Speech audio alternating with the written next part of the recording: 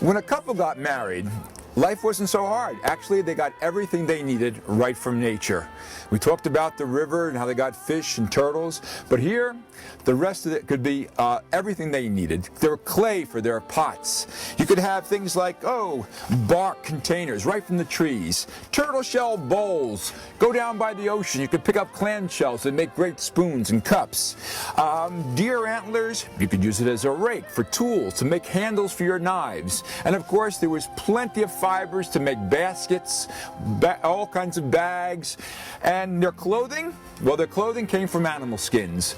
They would go out hunting. It not only did the deer provide you with meat, but it provided you with skin for clothing, bones for tools, everything you could possibly use. Now, for their houses, of course, they lived in bark houses called wigwams. It was the springtime. That's when you wanted to get the bark off the trees. But before you put the bark on your house, you needed to make a frame. They would choose small saplings, and you might want to get yourself a nice celt or a very sharp axe. You could actually sharpen this on a piece of sandstone.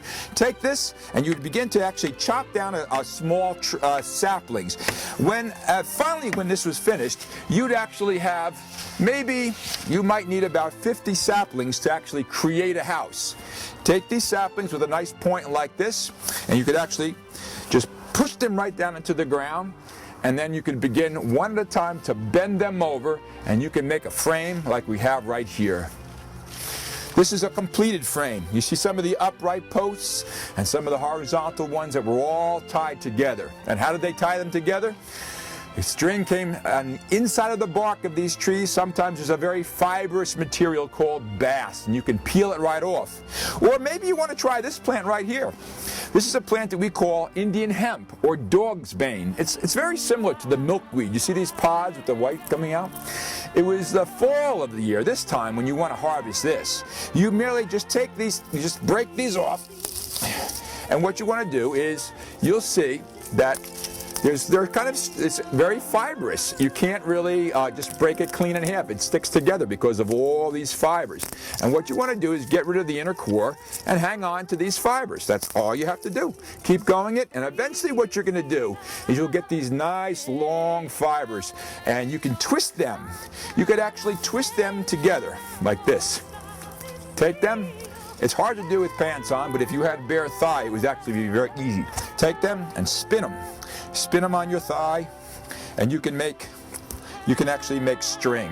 And it's very good strong string. Now, to get it through the bark, you had to drill a hole.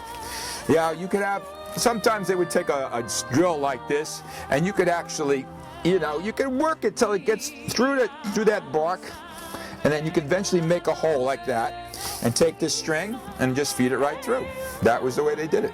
You would just go tie this right onto you just tie this right around there, right onto your house, and then it'd be you'd have a nice solid bark piece like that. Keep going, one piece after the other. You'd take them off, one next to the other, tie this one on, start a layer up here, and eventually you'd have a house that will last you about 10 years if you built it right.